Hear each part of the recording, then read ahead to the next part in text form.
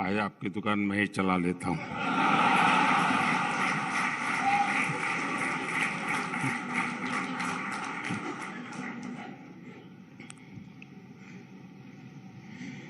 India today conclave में जुड़े सभी महानुभावों को मेरा नमस्कार।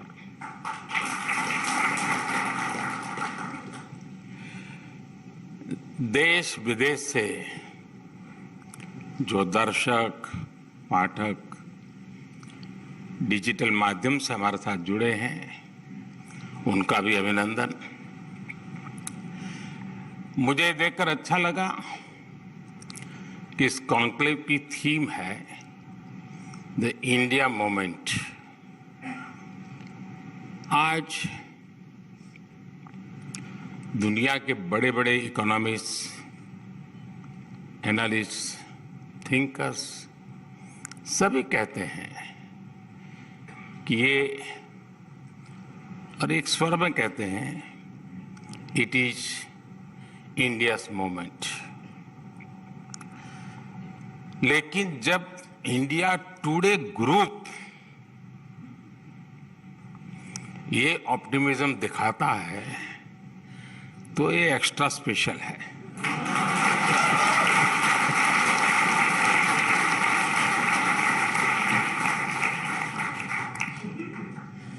वैसे मैंने 20 महीने पहले लाल किले से कहा था,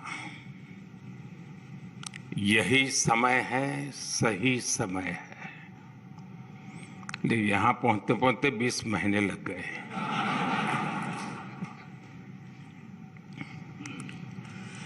तब भी भावना यही थी, दिस इज इंडियाज मोमेंट।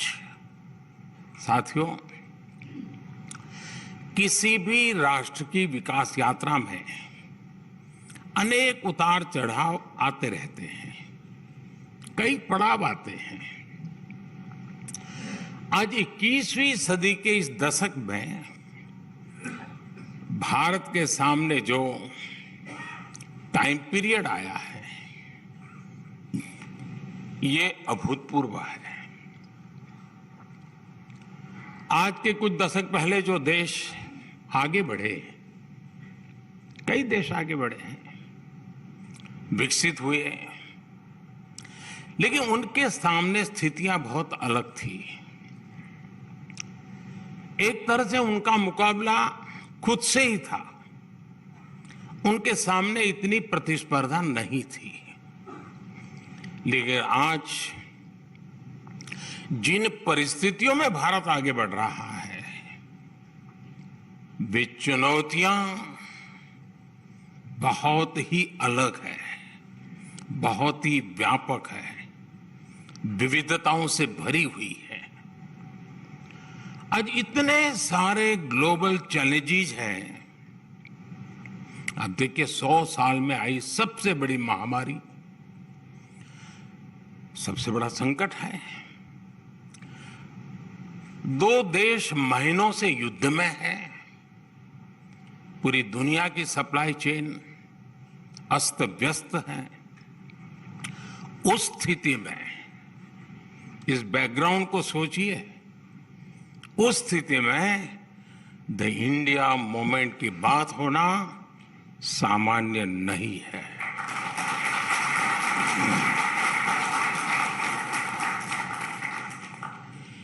ये एक नया इतिहास बन रहा है जिसके हम सभी साक्षी हैं।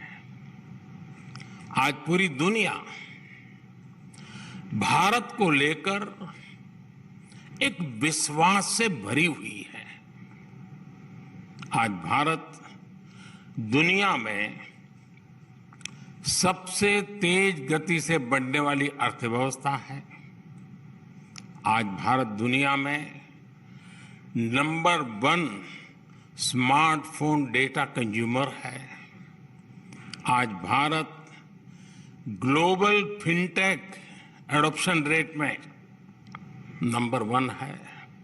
आज भारत दुनिया का दूसरा सबसे बड़ा मोबाइल मैन्युफैक्चरर है आज भारत में दुनिया का तीसरा सबसे बड़ा स्टार्टअप इकोसिस्टम है। ऐसी कितनी ही बातों पर चर्चा होती रही है, लेकिन चलो पुरानी बातें कभी किसी को जरूरत पड़ेगी तो खोद के निकालेगा, लेकिन मैं अभी अभी की बात करना चाहता हूं आज, और वो भी 2023 की। 2023 के 75 दिन हुए हैं। मैं उन 75 डेज की ही बात आज करना चाहता हूं। इन 75 दिनों में देश का ऐतिहासिक ग्रीन बजट आया। इन 75 दिनों में कर्नाटका के शिवमोगा में एयरपोर्ट का लोकार्पण हुआ। इन 75 दिनों में मुंबई में मेट्रो रेल का अगला फेज शुरू हुआ। इन 75 दिनों में देश में दुनिया का सबसे लंबा रिवर क्रूज चला। बेंगलुरु मैसूरू एक्सप्रेस वे शुरू हुआ। दिल्ली मुंबई एक्सप्रेस वे का एक सेक्शन शुरू किया गया। मुंबई से विशाखापट्टनम से वंदे भारत ट्रेनें चलनी शुरू हुई। आईआईटी धारवाड़ के परमानेंट कैंपस का लोकार्पण हुआ। भारत ने अंडमान और निकोबार द्वीप समूह के 21 द्वीपों को परम वीर चक्र विजेताओं के नाम किया। साथियों, इन 75 दिनों में ही भारत ने पेट्रोल में 20% इथेनॉल की ब्लेंडिंग करके E20 फ्यूल लॉन्च किया है। इन 75 दिनों में ही तुमकुरू में एशिया की सबसे बड़ी आधुनिक हेलीकॉप्टर फैक्ट्री का लोकार्पण हुआ है। एयर इंडिया ने दुनिया का सबसे बड़ा एविएशन ऑर्डर दिया है। इन 75 दिनों में ही भारत ने ई संजीवनी के माध्यम से 10 करोड़ टेली कंसल्टेशन का मुकाम हासिल किया है। इन 75 दिनों में ही भारत ने 8 करोड़ नए टैप वाटर कनेक्शन देने का मुकाम हासिल किया है। इन 75 दिनों में ही यूपी उत्तराखंड में रेल नेटवर्क के 100% इलेक्ट्रिफिकेशन का काम पूरा हुआ है। साथियों, इन 75 दिनों में कूनो नेशनल पार्क में 12 चीताओं का नया बैच आया है। भारतीय महिला टीम ने अंडर 19 क्रिकेट में T20 वर्ल्ड कप जीता है। इन 75 दिनों में देश को 2 ऑस्कर जीतने की खुशी मिली है। साथियों, इन 75 दिनों में हजारों विदेशी डिप्लोमेट्स और विभिन्न संस्थाओं के प्रतिनिधि G20 की बैठकों में हिस्सा लेने के लिए भारत आए। इन 75 दिनों में G20 की 28 अहम बैठकें हुई हैं, यानी हर तीसरे दिन एक बैठक। इसी दौरान एनर्जी समिट हुई। आज ही ग्लोबल मिलेट्स कॉन्फ्रेंस हुई है। हमने देखा बेंगलुरु में हुए एयर इंडिया में हिस्सा लेने के लिए 100 से ज्यादा देश भारत आए। इन 75 दिनों में ही सिंगापुर के साथ यूपीआई लिंकेज की शुरुआत हुई। इन 75 दिनों में ही तुर्की की मदद के लिए भारत ने ऑपरेशन दोस्त चलाया। अब से कुछ घंटे पहले ही भारत बांग्लादेश गैस पाइपलाइन का लोकार्पण हुआ। ये 75 दिनों की ही इतनी लंबी लिस्ट है कि समय कम पड़ जाएगा।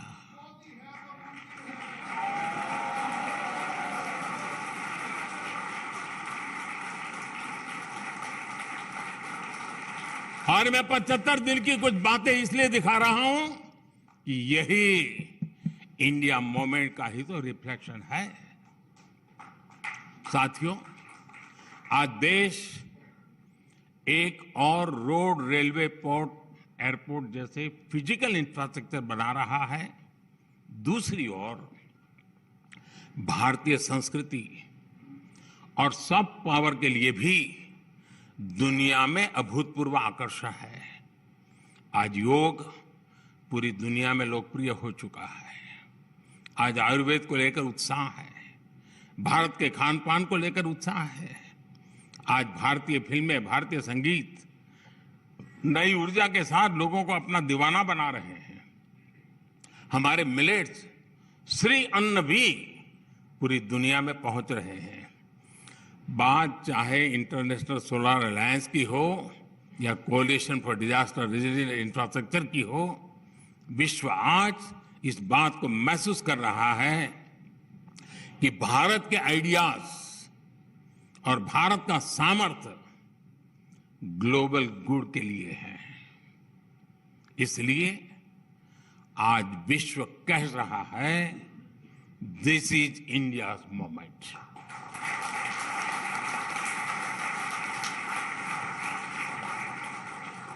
और आप सबने हाल फिलहाल एक और बात भी नोट की होगी, इन सब का मल्टीप्लायर इफेक्ट होता है।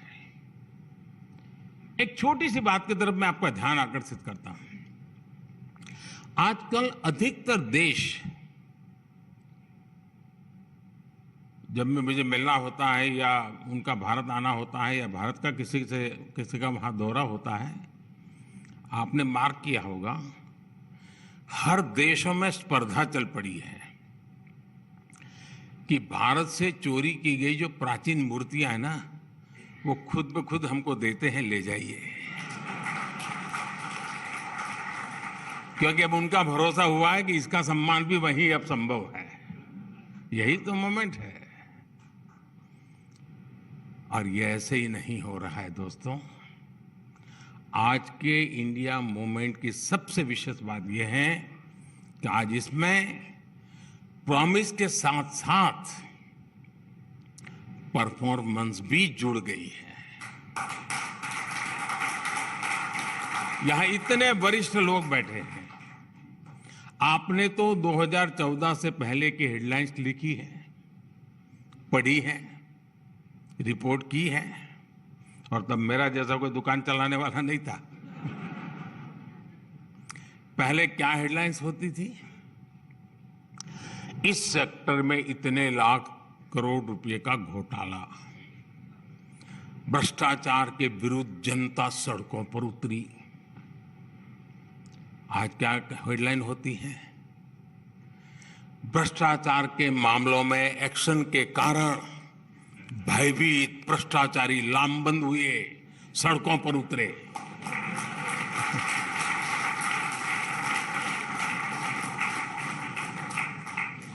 आप लोगों ने तो घोटालों की खबरें दिखा दिखाकर इतनी टीआरपी बटोरी है। अब आपके पास अपॉर्चुनिटी है, भ्रष्टाचारियों पर कार्रवाई दिखा करके टीआरपी बढ़ाइए। किसी के प्रेशर में ना आए, बैलेंसिंग के चक्कर में ये मौका न गंवाएं। साथियों, पहले शहरों में बम ब्लास्ट की हेडलाइंस होती थी, नक्सली वारदातों की हेडलाइन होती थी। आज शांति और समृद्धि की खबरें ज्यादा आती है। पहले पर्यावरण के नाम पर बड़े बड़े इंफ्रास्ट्रक्चर प्रोजेक्ट रोके जाने की खबरें आती थी। आज पर्यावरण से जुड़ी पॉजिटिव न्यूज के साथ ही नए हाईवे, एक्सप्रेसवे बनने की खबरें आती हैं। पहले ट्रेनों की दुखद दुर्घटनाओं की खबरें आम बात होती थी।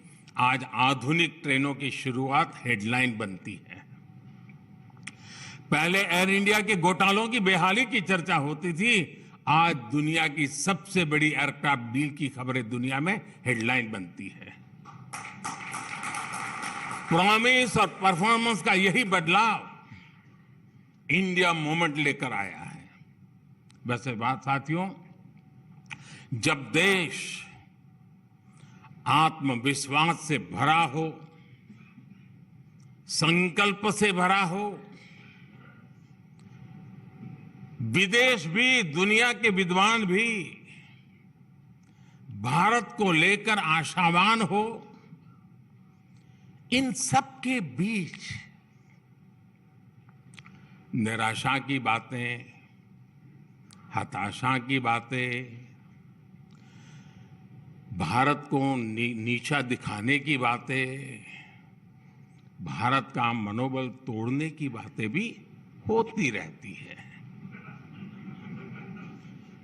अब हम जानते हैं कि किसी कहीं पर भी शुभ होता है ना, तो काला टीका लगाने की परंपरा रहती है। तो आज इतना शुभ हो रहा है, इतना शुभ हो रहा है कि कुछ लोगों ने काला टीका लगाने का जिम्मा लिया है। और ये इसलिए कि नजर न लग जाए। साथियों, गुलामी के लंबे कालखंड के चलते हमने गरीबी का एक लंबा दौर देखा। ये दौर जितना भी लंबा रहा हो, एक बात हमेशा शाश्वत रही, भारत का गरीब जल्द से जल्द गरीबी से बाहर निकलना चाहता था। आज भी वो दिन भर कड़ी मेहनत करता है। वो ये चाहता है कि उसका जीवन बदले, उसके आने वाली पीढ़ियों का जीवन बदले। वो सिर्फ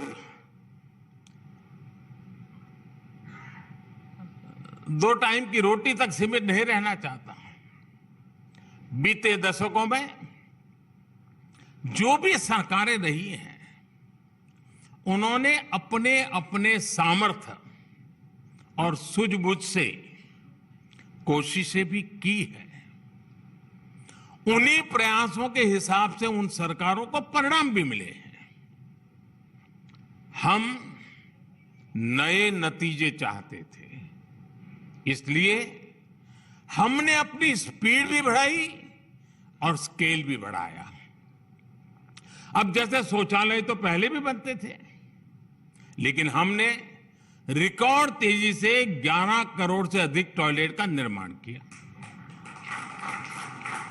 बैंक तो देश में पहले भी थे और गरीबों के नाम पर बैंकों का राष्ट्रीयकरण भी किया गया था, लेकिन हमने, और अभी अरुण जी विस्तार से बता रहे थे, हमने तेजी से 48 करोड़ लोगों को बैंकिंग सिस्टम से जोड़ा। गरीबों के लिए घर की योजना भी पहले थी। उन योजनाओं की स्थिति क्या थी, ये आप लोग भली भांति जानते हैं। हमारी सरकार ने इसे भी पूरी तरह बदला।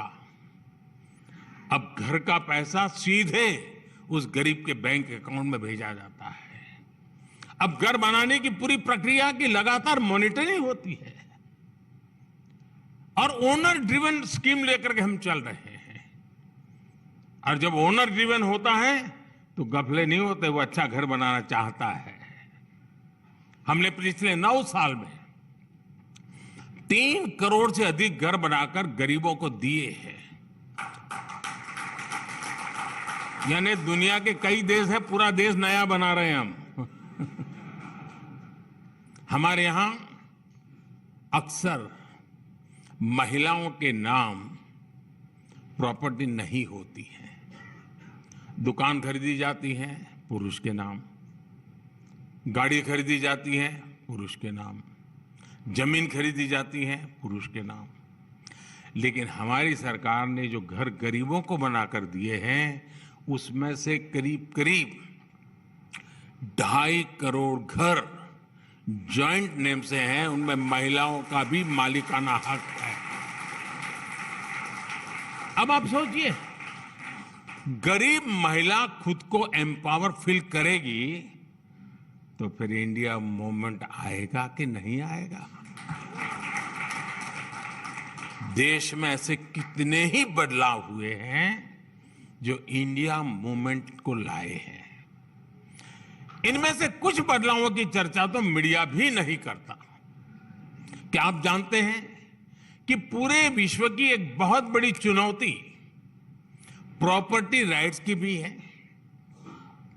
वर्ल्ड बैंक की रिपोर्ट कहती है कि दुनिया में सिर्फ 30% आबादी के पास ही उनकी प्रॉपर्टी का लीगली रजिस्टर्ड टाइटल है।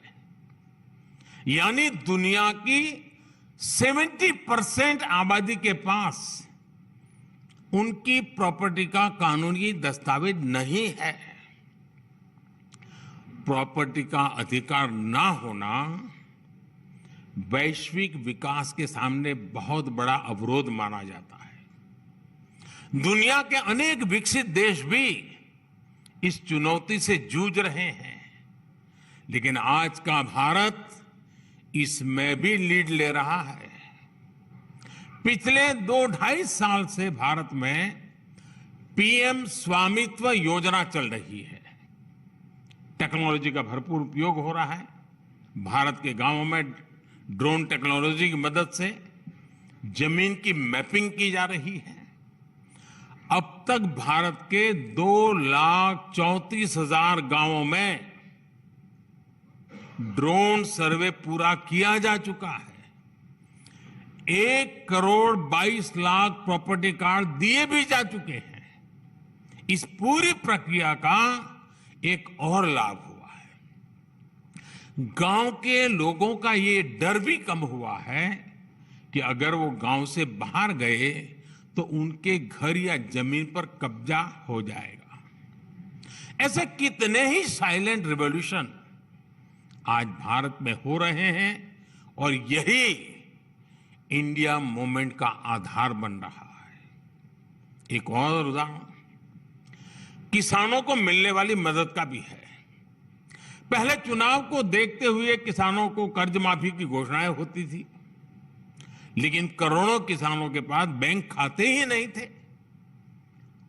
वे तो और स्रोतों से कर्ज लिया करते थे, उन्हें तो कर्ज माफी का कोई लाभ ही नहीं मिलता था। हमने इस परिस्थिति को भी बदला। पीएम किसान सम्मान निधि से अभी तक लगभग 2.5 लाख करोड़ रुपए सीधे किसानों के बैंक खाते में भेजा गया है। इसका लाभ देश के उन 11 करोड़ छोटे किसानों को हुआ है जिन्हें पहले कोई पूछता नहीं था। साथियों, किसी भी देश की प्रगति में नीति निर्णय में ठहराव, स्टैग्नेशन, स्टेटस को एक बहुत बड़ी बाधा होता है। हमारे देश में भी पुरानी सोच और अप्रोच के कारण, कुछ परिवारों की लिमिटेशंस के कारण एक लंबा ठहराव रहा। देश को आगे बढ़ना है तो उसमें हमेशा गतिशीलता होनी चाहिए, साहसिक निर्णय शक्ति होनी चाहिए। देश को आगे बढ़ना है तो उसमें नयापन स्वीकार करने का सामर्थ्य होना चाहिए, उसमें प्रगतिशील मानसिकता होनी चाहिए। देश को आगे बढ़ना है तो उसे अपने देशवासियों की क्षमताओं पर, उनकी प्रतिभा पर भरोसा होना चाहिए और इन सब से ऊपर देश के संकल्पों और सपनों पर देश की जनता का आशीर्वाद होना चाहिए। लक्ष्यों की प्राप्ति में जनता की सहभागिता होनी चाहिए। सिर्फ सरकार और सत्ता के माध्यम से समस्याओं का समाधान खोजने का रास्ता बहुत ही लिमिटेड रिजल्ट देता है, लेकिन जब 130 करोड़ देशवासियों का सामर्थ्य जुटता है, जब सबका प्रयास लगता है, तो फिर देश के सामने कोई भी समस्या टिक नहीं पाती। इसके लिए देश के लोगों का सरकार पर भरोसा उतना ही जरूरी है। मुझे संतोष है कि आज देशवासियों में ये विश्वास जगा है कि सरकार को उनकी परवाह है। इसकी और एक वजह भी मैं आपको बताना चाहूंगा, और वो है गवर्नेंस में ह्यूमन टच, सुशासन में संवेदनशीलता। हमने गवर्नेंस को ह्यूमन टच दिया है, तब जाकर के इतना बड़ा प्रभाव दिख रहा है। अब जैसे वाइब्रेंट विलेज योजना, दशकों तक बॉर्डर के हमारे गांवों को आखिरी गांव माना गया। हमने उन्हें देश का पहला गांव होने का विश्वास दिया। हमने वहां विकास को प्राथमिकता दी। आज सरकार के अधिकारी, मंत्री इन गांवों में जा रहे हैं, वहां के लोगों से मिल रहे हैं, वहां लंबा वक्त गुजार रहे हैं। नॉर्थ ईस्ट के लोगों को भी पहले दिल की और दिल्ली की दूरी बहुत अखरती थी। हमने यहां भी गवर्नेंस को ह्यूमन टच से जोड़ा। अब केंद्र सरकार के मंत्री, जैसे अरुण जी ने बड़े विस्तार से बताया, नियमित रूप से नॉर्थ ईस्ट का विजिट करते हैं, और वो भी स्टेट कैपिटल पर नहीं, डिटेल इंटीरियर में जाते हैं। मैं भी नॉर्थ ईस्ट जाने की हाफ सेंचुरी मार चुका हूं।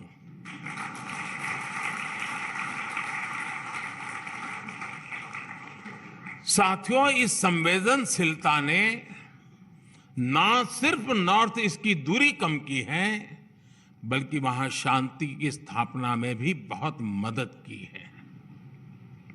आपको यूक्रेन क्राइसिस के दौरान सरकार की कार्य संस्कृति को भी याद करना चाहिए।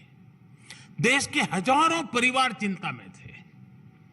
हमने करीब करीब 14,000 परिवारों से कनेक्ट किया। हर घर में सरकार का एक प्रतिनिधि भेजा।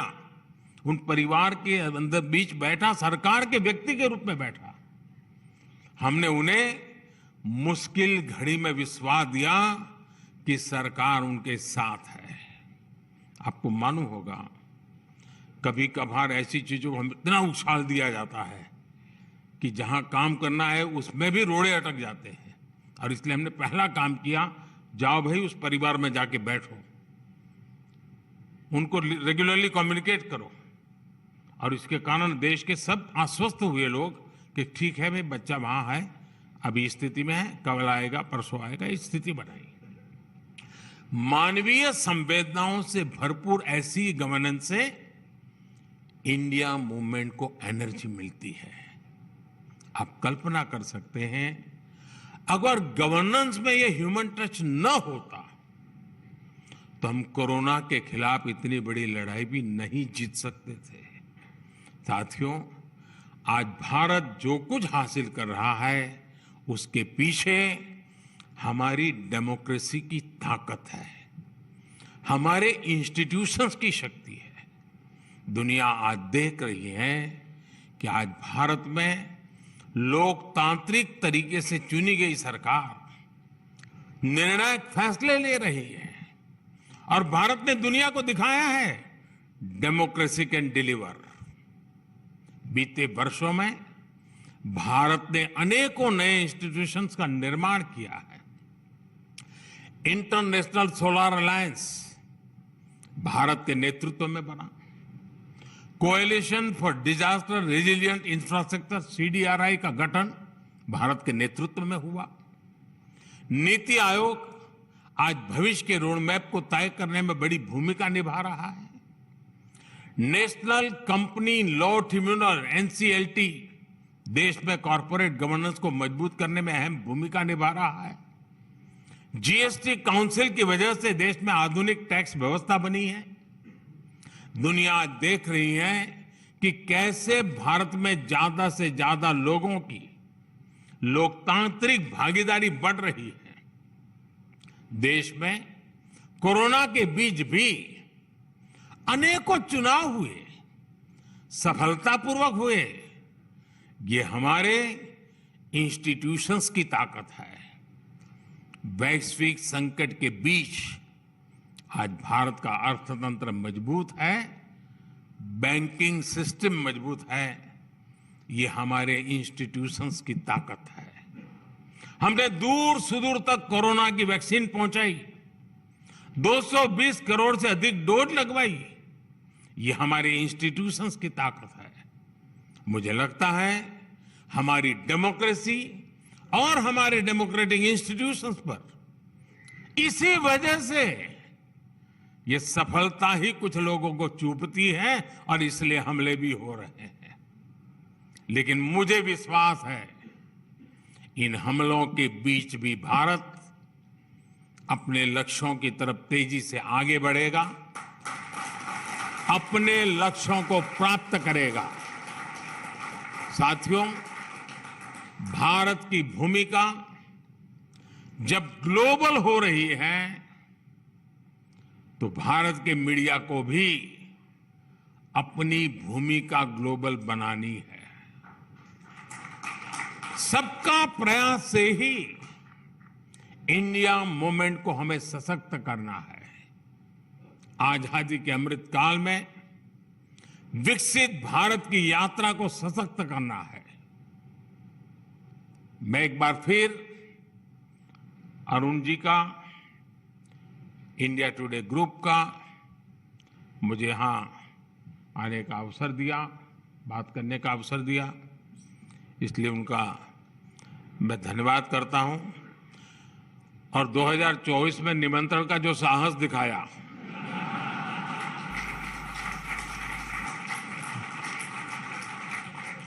इसलिए विशेष धन्यवाद। Thank you.